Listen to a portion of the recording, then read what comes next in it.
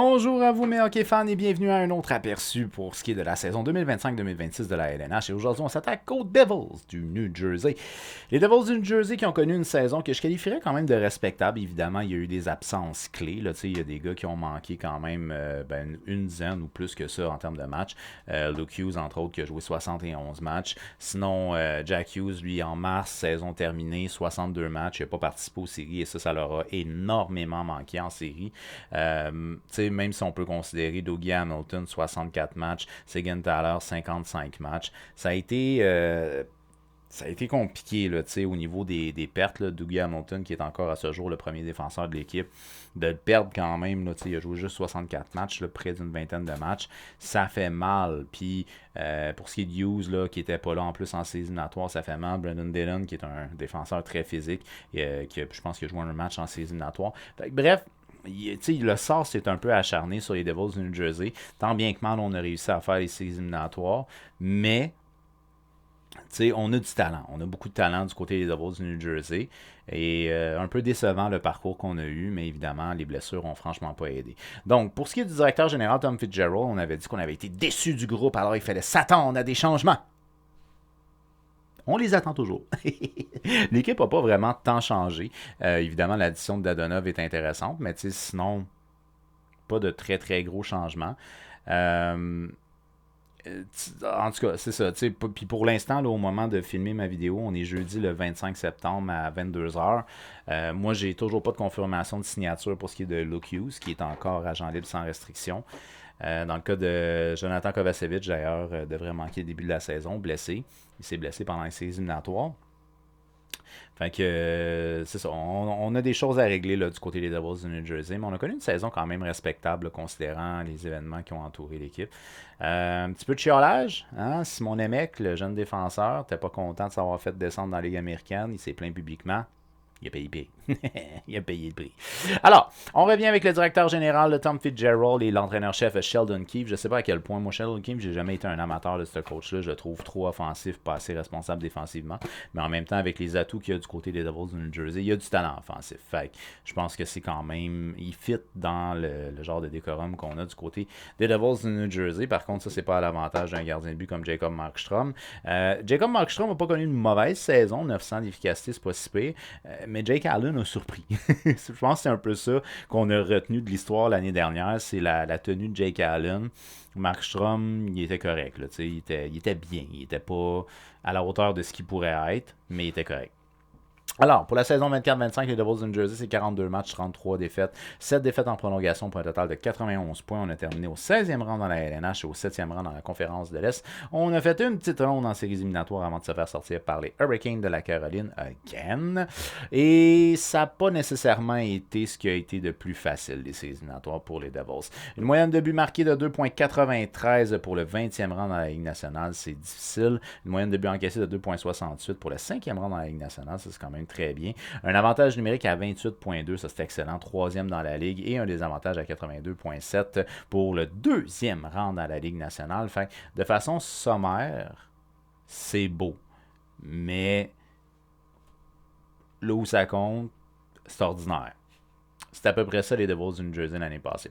Le meilleur buteur a été Nico Hischier dans son cas pour le capitaine. Bonne saison. Dans le cas de Nico Hischier, 70 points, pas 69 points en 75 matchs pour ce qui est de Nico Hischier, dont 35 buts, ce qui est une excellente récolte pour lui. Le meilleur pointeur aura été Jasper Bratt. Dans son cas à lui, c'est une meilleure saison en carrière en termes de points pour ce qui est de Jasper Bratt. Puis ce qui est intéressant, c'est qu'il a continué à produire malgré l'absence de Jack Hughes là, à partir de mars. Fait que très très bonne saison, 88 points, 81 matchs, c'est excellent pour ce qui est de Jasper Bratt. Le meilleur défenseur à caractère offensif aura été Luke Hughes en 71 matchs, 44 points, moins 9 pour ce qui est de son différentiel. Évidemment, dans le cas de Dougie Hamilton, s'il avait connu une saison complète, c'est probablement lui qui aurait été le premier défenseur. 40 points en 64 matchs pour Dougie Hamilton, 44 en 71 pour Luke Hughes. Mais Luke Hughes, là, c'est priorité numéro 1 pour les Devils de New Jersey. On doit le signer parce que c'est un gars, entre autres, qui a contribué au niveau de l'avantage numérique. Puis, tu sais, si on veut améliorer notre moyenne de buts marqués, on a besoin d'avoir un gars qui provoque des choses offensivement. Au niveau des 3 espoirs qui sont à suivre, Le premier espoir qu'on va parler, ben c'est un très bon espoir qu'on a du côté des Devils du New Jersey, mais la saison est déjà commencée en KHL, puis il va passer l'année en Russie, donc on ne le verra pas cette année. Je parle de Anton Silayev, un défenseur de 19 ans, 6 pieds 7, 207 livres, très gros format dans le cas de Silayev. Il évoluait au niveau de la KHL la saison dernière. En 63 matchs, il avait 2 buts, 10 passes, 12 points. C'est un défenseur, évidemment, qui est un défenseur plus défensif, très impliqué physiquement, puis il a le physique pour le faire, 207 livres, 6 pieds 7. Là. Malgré sa grosseur, on dit de lui qu'il a un bon coup de patin. Il est fluide sur patin. Ça, c'est quand même assez impressionnant là, parce qu'on va se le dire. À 207 livres, 6 pieds 7, on ne s'attend pas à ce que ce soit un marchand de vitesse. Mais ça a l'air qu'il s'en sort vraiment très très bien là, pour ce qui est de Silayev. Et puis sinon, on dit aussi que c'est un gars qui est excellent pour désamorcer les attaques des équipes adverses. Donc un bon jeu défensif. En termes de deuxième espoir, cette fois-ci, lui, on pourrait le voir dans la Ligue nationale dès cette année. Ici, on va parler de Arsenii Gritsuk, un ailier droit de 24 ans, 6 pieds, 194 livres. Il a évolué lui aussi au niveau de la Ligue la KHL la saison dernière. En 49 matchs, il a 17 buts, 27 passes pour 44 points. C'est un joueur qui, en séries éliminatoires d'ailleurs, 5 points en 6 matchs en KHL. Ça, c'est très bon.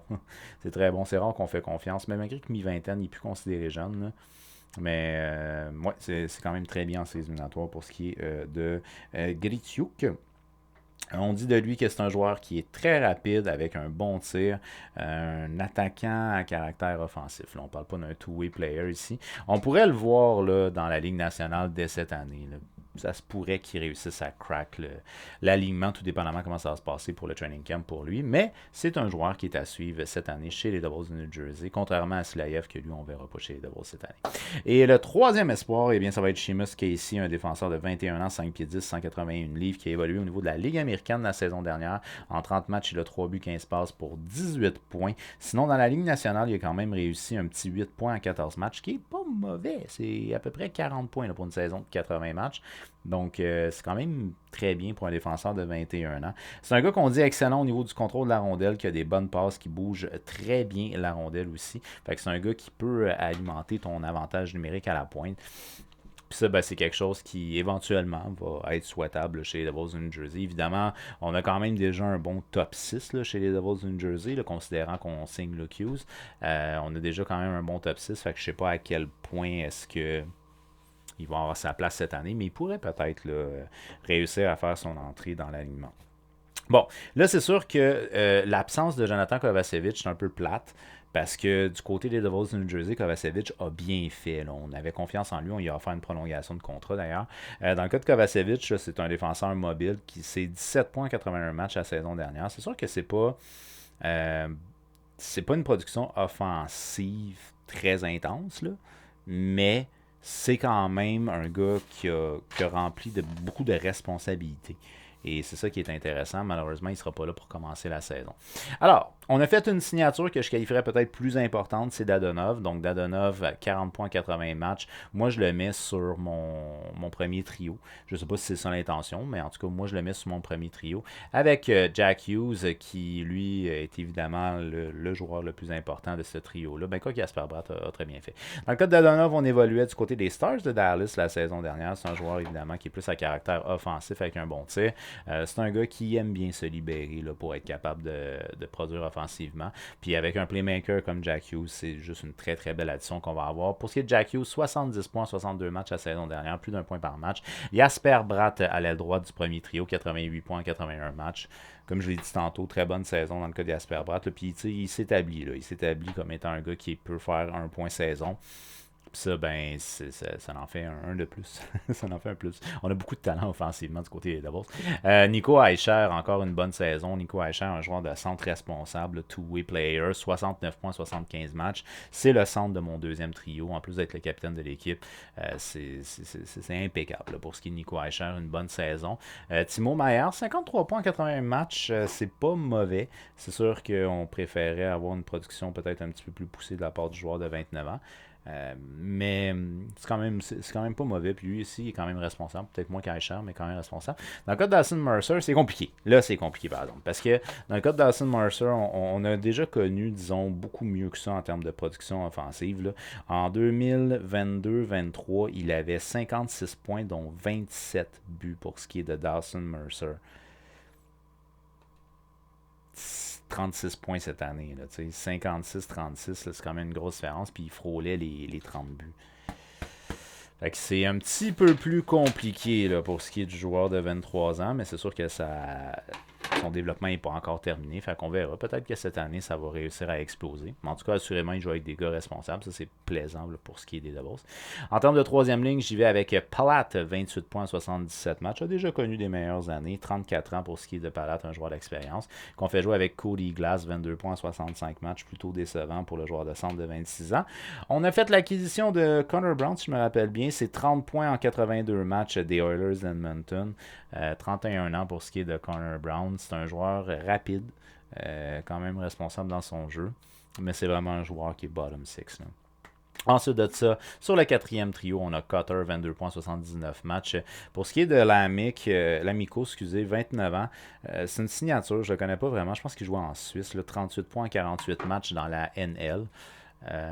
Mais concrètement, je ne peux pas parler beaucoup plus que ça. C'est un gars qui est pressenti comme étant bottom 6 chez les Devils cette année. Fait on verra bien qu'est-ce que ça va donner. Qu'on fait jouer ici avec le jeune que j'ai parlé tantôt, Gretiuk. Gretiuk, lui, dans la KHL, c'était 44 points en 49 matchs. Lui, il devrait jouer cette année dans la Ligue nationale. En termes de scratch, on y va avec McDavid. McDavid, un vétéran qu'on a là, du côté des Devils. Ça fait une couple d'années qu'il fait pas la chaise, mais le voyage Ligue américaine, Ligue nationale.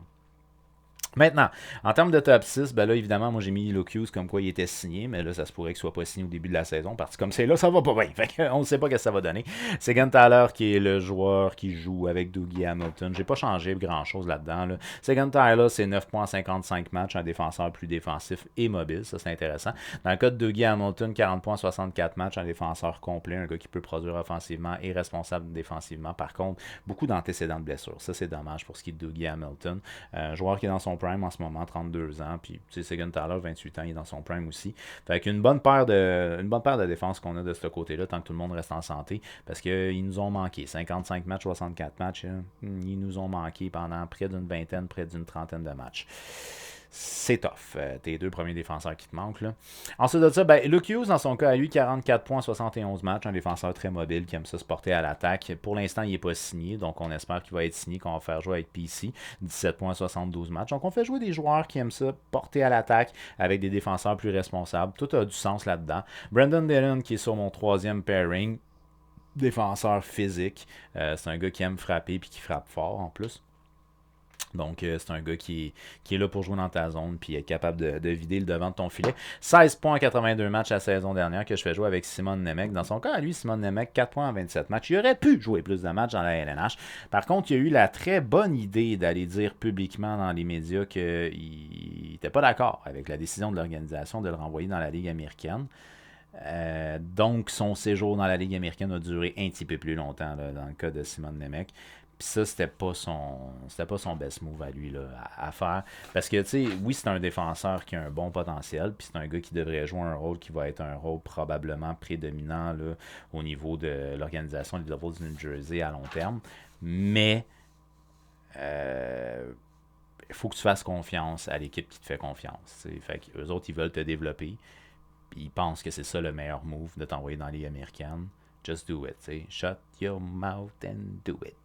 Anyways, dans le cas de Simon Nemec, là, ça se pourrait qu'on le voit cette année dans la Ligue nationale. En tout cas, j'espère, parce que là, à un moment donné, sa punition, il faut bien qu'elle finisse. Là. 27 matchs la saison dernière, 4 points pour ce qui est de Simon Nemec. C'est un jeune défenseur, évidemment. J'aurais pu mettre un gars avec un petit peu plus d'expérience, comme par exemple Chalowski, lui, 27 ans, 39 matchs la saison dernière au niveau de la Ligue nationale. Sinon, Casey, que j'ai mis ici, devrait probablement être dans la ligue américaine, j'assume. Mais je l'ai mis comme scratch quand même là, pour ce qui est de Seamus Casey. Mais on aurait pu mettre Addison aussi. Là, Addison, 62 matchs dans la Ligue américaine l'année dernière, 25 ans. C'est un défenseur d'expérience. Si jamais il y a quelque chose, on peut quand même jouer avec Simon Nemec. Mais il reste que... Puis là, à voir avec Luke Hughes, s'il est là ou s'il n'est pas là. Si jamais Luke Hughes est... D'ailleurs, si jamais Luke Hughes n'est pas là, Casey, je le mets là. Un défenseur qui est pas nécessairement le plus offensif, mais qui distribue bien, qui provoque des choses. Fait que j'aimerais ça le voir avec un défenseur d'expérience plus défensif. Si jamais Lokius n'est pas là. Ensuite de ça, en termes de gardien de but, ben c'est ça, Jacob Markstrom, c'est censé être ton gardien partant. Mais là, ça a été un petit peu compliqué l'année dernière. C'est un gars qui a très très bien fait par le passé.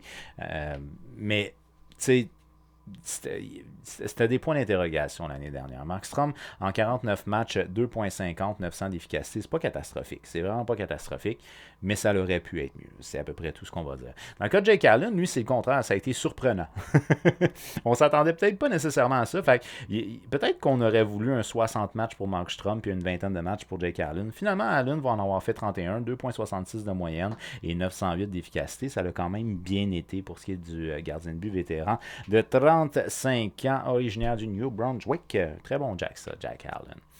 Et en termes de troisième gardien, il va avec Dawes. Dans le cas de Dawes, un mi-vingtaine qui a 6 matchs dans la Ligue nationale, 1,60, 939 d'efficacité. Il ne faut pas se fier à ça. Il ne va pas continuer avec un 939 d'efficacité. C'est sûr que non. Dans la Ligue américaine, ça a été un petit peu plus tough. 34 matchs, 3,16 de moyenne, 893 d'efficacité pour ce qui est de Dawes. C'est la structure des gardiens est quand même pas mal coulée dans le béton, à moins qu'il y ait une blessure. Là, ça, on ne sait jamais. Mais sinon, c'est ça. Ça risque de ressembler à ça. J'ai vu passer des rumeurs. Je ne sais pas si ça va se confirmer ou non, qu'on a peut-être de l'intérêt pour Carter Hart. Woodsy, je sais pas. Woodsy. On a déjà Markstrom, en tout cas. On verra bien. Alors, pour ce qui est des Devils de New Jersey, ben c'est ça, c'est une organisation déjà à la base qui est bonne. Elle a beaucoup de talent de son côté. Puis, tu sais, si on prend ces statistiques générales-là, on a très bien fait. C'est juste que le constat à la fin de la journée n'a pas nécessairement été excellent. Puis, l'élimination rapide aussi a été plutôt tough. Mais il reste que sur papier, c'est une équipe qui a beaucoup de talent. Puis, c'est des jeunes qui peuvent encore plus progresser. Fait qu'on pourrait voir une production, entre autres là, de la production offensive, on pourrait l'avoir augmentée dès cette année du côté des Devils de New Jersey. On a les atouts pour. Fait que je pense, moi, que les Devils de New Jersey, c'est une force au niveau de la métropolitaine. C'est aussi simple que ça. Fait que, assurément, moi, c'est une équipe que je dis qui participe aux séries. On va savoir si on va continuer plus que la première ronde ou si on va se faire sortir en première ronde, encore une fois. Mais, tu sais, c'est une équipe, d'après moi, qui est confortable en séries éliminatoires. Puis, au niveau de la division métropolitaine, moi, j'y vois, écoute, deuxième. Tu sais, voilà. C'est ça pour ce qui est des Devils du New Jersey. Pour moi, c'est une puissance dans l'Est et assurément une puissance au niveau de la division métropolitaine. D'après toi, les Devils de New Jersey, est-ce qu'ils vont participer aux séries ou ils vont terminer au niveau de la division métropolitaine? Eh bien, fais-le-moi savoir au travers des commentaires.